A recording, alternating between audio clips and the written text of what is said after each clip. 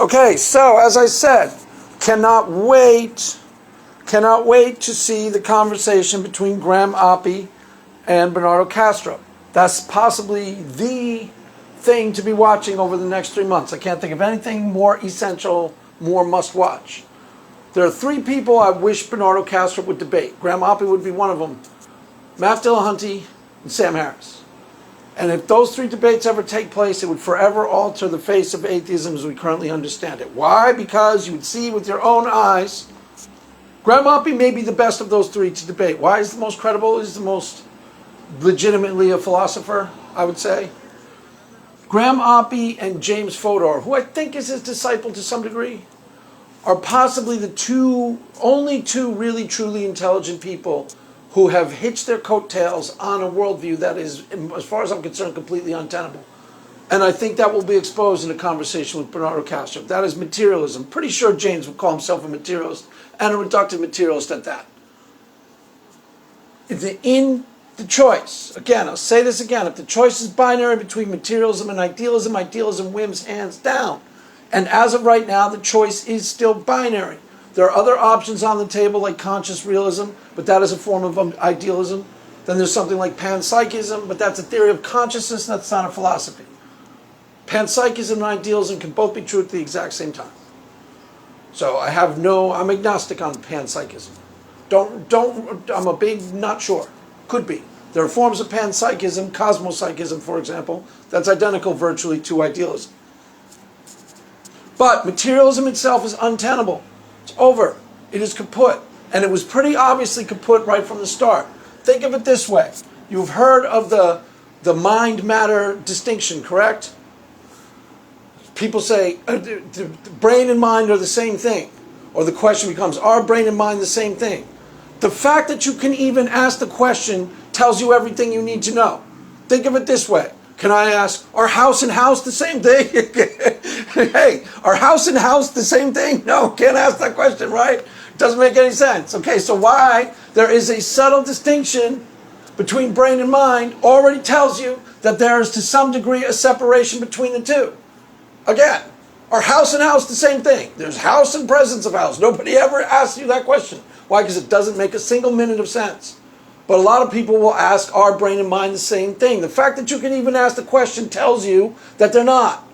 Now, a mind may be technically all brain involved, not necessarily saying dualism is true, but there is matter and there's the phenomena of matter, and there's a subtle distinction therein. And that has always been true. So it is to the great discredit of our scientific community that materialism gained such a strong stranglehold on their hearts and minds. Why? Because it was pretty obviously false right from the start. All quantum mechanics did was show up and underscore the obvious. As I said, people knew that there was a brain-mind distinction right from the start. Just the fact that you can ask the question shows that there's a question there to be asked. You understand that, right? If not, don't worry about it. But there was all quantum mechanics did was come along and underscore the obvious. Why? Because the mathematics are precise. There's no getting around the mathematics. As I've said many times now, there are not 10,000 different interpretations of quantum mechanics. There are roughly 10. And of those 10 interpretations, roughly 5 are mainstream. 2 of them keep materialism alive, and those 2 are case-studied and motivated reasoning. I'm not going to go into that again. I've explained it in other videos. Think of it this way. They knew this 300 years ago. I've told you about my desk in front of me. We know for a fact that that desk in front of me is only presenting itself as solid matter. It's not solid matter. It's particles in motion.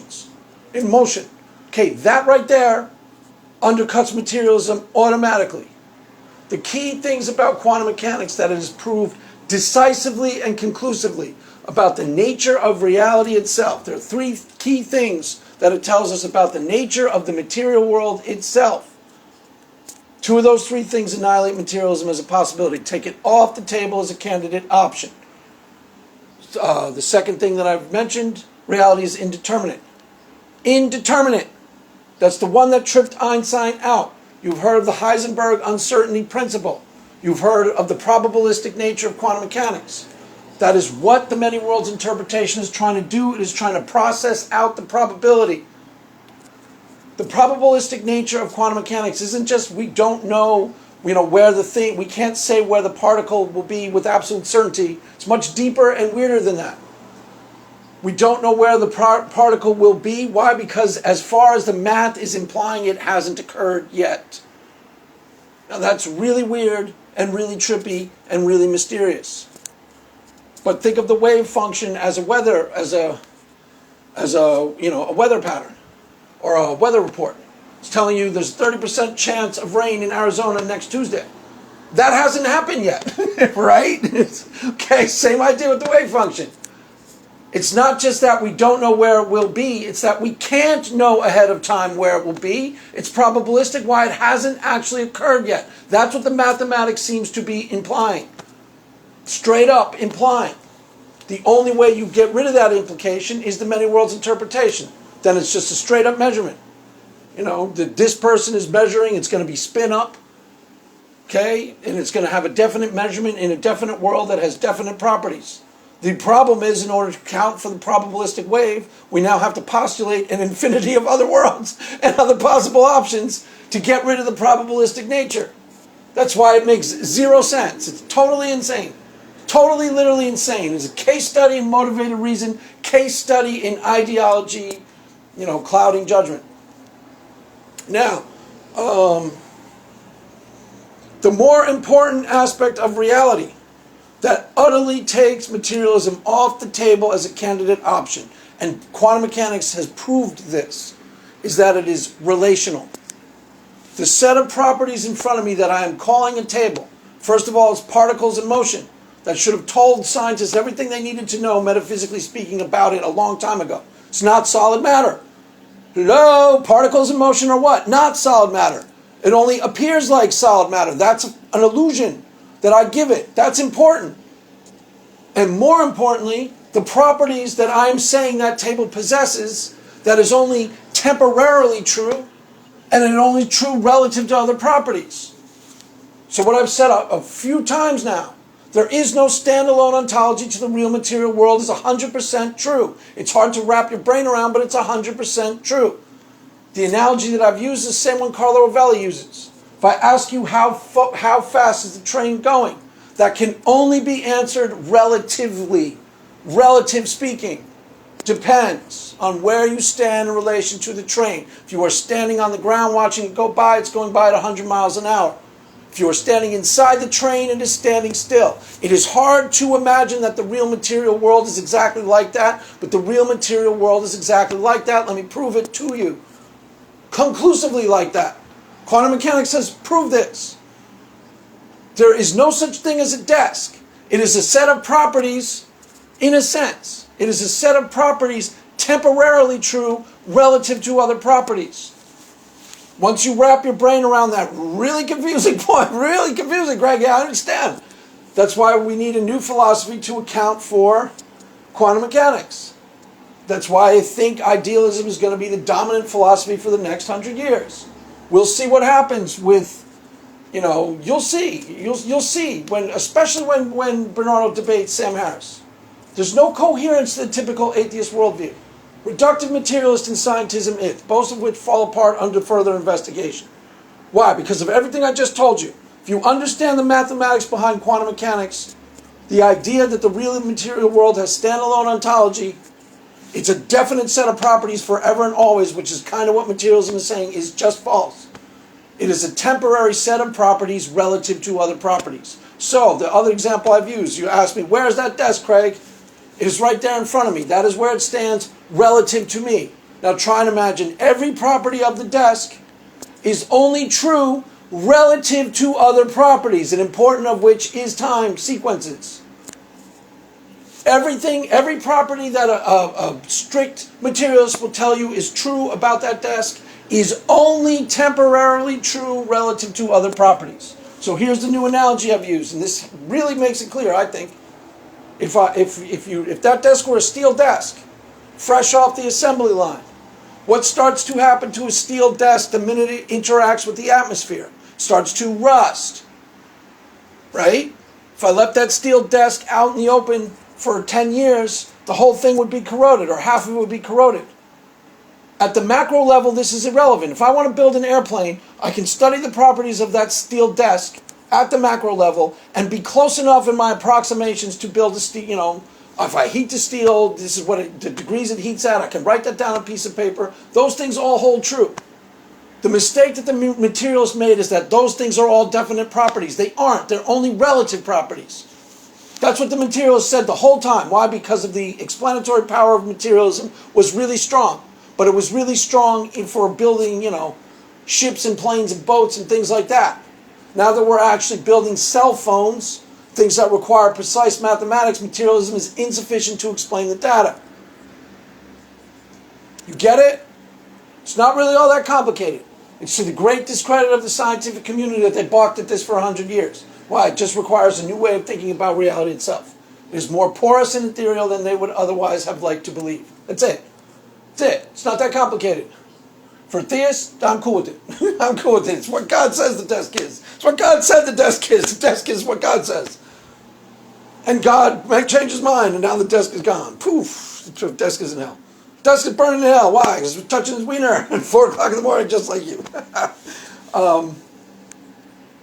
So you get that, right? A steel desk, materialism says it is a definite set of properties. And from that, they were able to, write down experiments on the steel desk, heat it up, tell you what degree it heats at, smolt metal, put it in a cast, make a plane, build an airplane, right? But those things that they told you were the definite properties of that steel desk were only relative properties, and they were only temporarily true. You leave that steel desk out in the open for 10 years, and it will turn to rust. If you zeroed in on the rusty part of the desk to perform your experiments, you are dealing with something that is completely different than a steel desk. Rust is not steel. It's been oxidized. It's a totally different substance. It's not that complicated. You get that, right? There's only such thing as a set of properties relative to other properties. That's a fact. That fact annihilates materialism as a candidate option. It is not a candidate option for the scientific community. The reason why people like naturalists and materialists like James Fodor and Graham Oppy hold to the position, and this is where Bernardo Kastrup is going to be really useful, is that they think, I'm not sure about James, I'm just guessing that he thinks that the materialism, reductive materialism, is synonymous with scientific. It isn't. It has been synonymous with scientific investigation, but it need not be, and it isn't, and it no longer will be moving forward. Why? Because it doesn't make any sense. The real material world is different than what every physicist would have told you, every scientist would have told you it was circa 1908. Totally different. Quantum mechanics has proved that conclusively. I've said this in other videos. Let me see if I'm running out of time. I've said this in other videos. You're doing just fine, Craig. I understand that. Thank you for the support. Doing just fine, Craig. You're nailing it. You're nailing it with this one. The metaphor that every physicist, every scientist would use circa 1908 is that the material world is a deterministic clock-like mechanism, and we're 5 years away from figuring out the unified theory of everything. They really honestly thought they were on the doorstep of figuring it all out. And they would have used a clock-like, robot-like mechanistic device to talk about nature and talk about the material world. Now they recognize that metaphor is totally insufficient. It is more a web-like, entangled, interactive thingy-mabob. However clumsy, it's not a very good metaphor, Craig. Yeah, it's not that good. But that's the metaphor that's on the table. That's the only one that explains what's actually going on. That steel desk, the second it hits the atmosphere, is interacting with the atmosphere. Its properties are commingling, entangling with other properties. At the macro level, this is usually happening in such a small way that it's irrelevant until the desk rusts over completely. But at the quantum level, it's really important. Really, really, really important, because the math is so precise. So, that's my prediction. And the things that I'm talking about with this idealism versus materialism that I've been going over time and time again in my videos, the reason why I keep going back to it is 100 times more important than what's being talked out there in atheist land as we speak. I swear to God, most of what atheists proper, they have two tent poles to their worldview, both of which are false. Reductive materialism and scientism, both of which are usually false, or both of which are false. I said this in another video. I've seen a lot of guys debate that arguments are not evidence. Arguments don't count as evidence. And these are the same guys who are the science this, science that crew. Okay, most of your scientific breakthroughs, at least in physics, were argument only.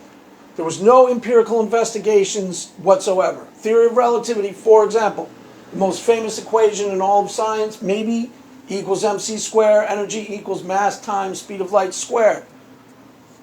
Right? That was all done by inference, arguments, thought experiments, no empirical investigation whatsoever. Wasn't empirically investigated for 2 years after Einstein finished the equation. It was all inference. Said the speed of light is a constant, and there's no such thing as simultaneity with time sequences, and from there he extrapolated a whole bunch of thought experiments, arguments. So those people who tell you arguments aren't evidence don't know anything about science at all. Don't know anything about science at all. And they call themselves the great critical thinkers. Why? Because they haven't really truly investigated anything, scientific, religion, anything. They basically just spout off on Twitter and spout off in YouTube videos and don't know anything about what they're talking about. You do a little bit of investigation. You don't have to do all that much. I didn't do reams and reams of investigations. I just listened to the right people, a couple of the right videos, read a few of the, Carlo Rovelli's books and a few others on physics. It wasn't like I locked myself into a chamber for 10 years and studied, physics papers. There's perfectly legitimate physics things. Sabina Hofstadter is really good. Arvin Ash is pretty good. There's a whole bunch of videos that give you halfway decent explanations of physics. They may be wrong sometimes, but you can match them up with a decent book, figure out what the physics are actually saying. It's not that complicated. Why don't those debate me bro atheists do it? Because they're not interested. They're just interested in yeah, man, I'm so smart. Science. They're not interested in actually understanding anything. It takes some work and some commitment to understand something properly. You have to kind of apply yourself, and most importantly, you have to humble yourself a little. That they're not interested in at all. Now, as I've said many times, that's not every atheist in the atheist community. Certain type of atheist, but it dominates the conversation out there in Twitter and YouTube. And that certain type of atheist, everything that they've been debating about for the past 5, 6, 7 years, totally irrelevant. Totally and completely and utterly irrelevant. Take it, flush it down the toilet. Why? Because it's a total and complete and utter waste of time. I say don't even bother debating on the topics. Let's take the Jesus is drowning babies. The problem is, and if you're an atheist, this is the real problem, not disrespecting you. There's a lot of atheists I like. Always mention the names of the atheists I like. They generally don't operate like this. They're honest actors. Okay? But the problem is with the debate me bro type of atheists. And it's a really big problem. 80% of what they call counter-apologetics is just anti-Christian propaganda. Irrelevant gobbledygook. Why is that important? Because these are the same people who call themselves the critical thinkers. Propaganda is the enemy of critical thinking. It dulls your critical thinking skills.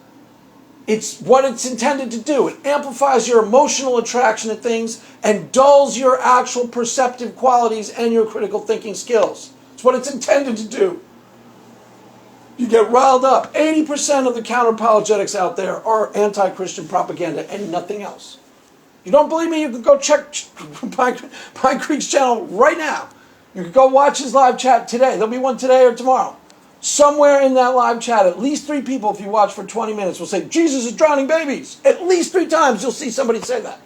I swear to God that's true. Pine Creek might even say it. I brought that up in one video, and some atheist goes, you're strawmanning atheists. Pal, go watch what you guys actually say. Was not. Was not. Wasn't strawmanning anybody at all.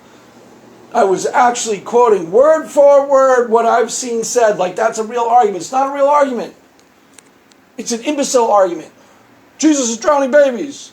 That's arguing as if you are a biblical literalist. If you're an atheist making that argument, it's totally dishonest. And your great critical thinking skills should have taught you that 5, 6, 7 years ago. Why is it dishonest? You're not a literalist. You don't actually think Yahweh and Jesus are the same being, correct? You don't even think that the story where Jesus is drowning babies is literally true, correct? Okay, so it's a totally disingenuous argument out of your mouth. And yet it persists. Why? Because it's anti-Christian propaganda. And yet it persists. I swear to God, it persists a lot. And I'm not making this up, guys. You can go to Pine Creek's channel today. Watch for 20 minutes. I swear to God, you will see 3 people say Jesus drowned babies. 3 times at least in 20 minutes. And Pine Creek might even say it. These same people who on their Twitter feed a little later on, I became such a great critical thinker since I've been an atheist. Okay, no, you haven't. Yeah, according to a standard of integrity, no, you haven't. You haven't even come close. Don't even know what critical thinking is. Why? Because you think that's a good argument when it's absolutely ridiculous. Okay? It's ridiculous. You're not a literalist, as I've said in the past. If you are an atheist or a non-believer, shouldn't have even had to say this to people. I swear to God, I shouldn't even have to say this. It should have been obvious. When I went investigating other religions prior to me becoming Christian to see if there's any truth in them, that's what an honest investigation is. You don't investigate, for example, a Tao Te Ching or Bhagavad Gita. You don't pick it up to see if it's literally word for word, every minute is true. Why? That's not honest investigation. You know you're going to find things you disagree with. You investigate honestly, is any of this true? Does any of this ring true? Is there truth in this? If you investigate honestly in Christianity, doesn't matter where you pick in the Bible, could even be the dread Old Testament. The Old Testament. Yahweh's drowning babies.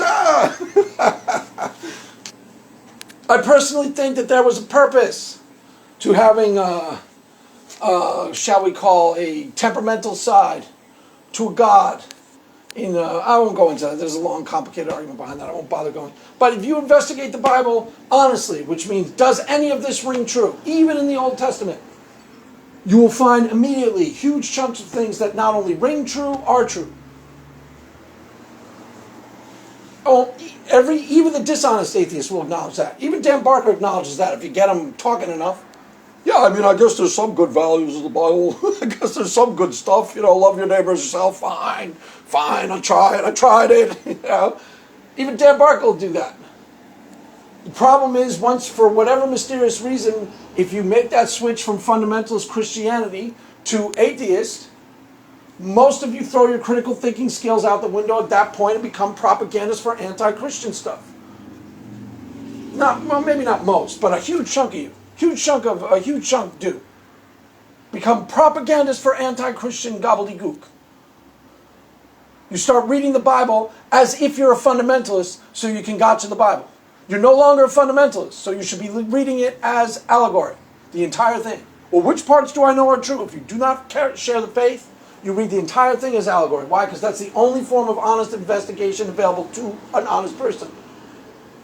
As I said, when I read the Tao Te Ching, the Bhagavad Gita, I was reading it as allegory. Is some of this true? Does any of this ring true? Is there any wisdom in this at all? Is there any truth in this at all? That's how I was reading it. That's real critical thinking. When you're engaging with the faith you don't believe in. Is any of this true? You deal with Christianity, in particular the Bible, that way you'll find easy to answer yes. It's the foundational book of Western civilization, that's a fact. There's a reason it's the foundational book of Western civilization, and that's a fact. That's a fact. So nothing else is even close. The next closest thing is what? Maybe Plato's Republic? I don't know. It's not even really close to close. By far the most influential book in the forming of Western civilization. By far. Nothing else was even close. I can't even think of what would be second runner-up. Probably Plato's Republic. Can't maybe Shakespeare, but you'd have to include all the plays, I guess. I'm not even sure what would be second. Anyways, yeah, you're rambling a lot now, Craig. Okay, I understand that. So, yeah, I'll wrap it up. So, can't wait to see this. This is going to be really, I really think points are going to be put on the board for theism. Technically, Bernardo Kastrup is not a theist, but his metaphysics and theism fit a lot easier than your standard atheism and his metaphysics. And I can think of no better people to defend that type of traditional atheist, non-metaphysics. I don't participate in metaphysics, which is actually metaphysics. Metaphysics. What? Never mind. Then Graham Oppy. The 3 people he needs to meet with: Matt Dillahunty, Graham Oppy, Sam Harris. Of those, I fully expect Graham Oppy to be the only one who puts points on the board and gives the naturalist interpretation of reality, materialist interpretation of reality, a fair hearing, and does some decent defense of it. Maybe. Really hard to defend at this point, so maybe. Caveat that with maybe. But he's the most credible of those three, I say. He's the best of those three, the best case scenario of those three. That's what I think. So I'm going to be watching this with gloves on. Or with bells. No, that's not right. With bells on. I'm going to be watching this. I'm going to be watching. Be there with bells on. That's how the expression goes. Going to be there with bells on. I suggest you check it out, and then I will analyze it as per the usual, with unbelievable clarity and really, really amazing wisdom and insight. That's what I'll do afterwards. Promise. That's all on it, Craig. All right, fine. Maybe, all right, fine. Well, okay, I'll do a YouTube video on it. How's that? I'll do a YouTube video where I shout at the sun for 20 minutes and make stupid jokes. How about that? That sounds more appropriate. Okay, fair enough. That sounds more like what the product that we're actually going to receive. Okay, fine, fair enough. Fine, touche, you got me. You got me on that one. So, there you have it, kids. That's all I got to say on the subject. I'll probably do a couple of videos on this. This is getting the whole idea of this is getting my juices flowing again. Thinking about, the dichotomy between idealism and materialism. To me, it's case closed. It's a slam dunk. It's really, really a slam dunk. And if I didn't quite underscore it for you perfectly in this video, you can go back and watch some of the other videos, because you'll notice very few debates in the comment section. Very few people, well, you're wrong here. Why? Because it's mostly correct. It's at least 90% correct. At least. Or 80, maybe 85. At least. Which means, it's a given. I'm telling you the truth, and I'm telling you the truth according to the physics and the facts. So, there you have it, kids. That's all for now. Mass has ended. Go in peace. Amen.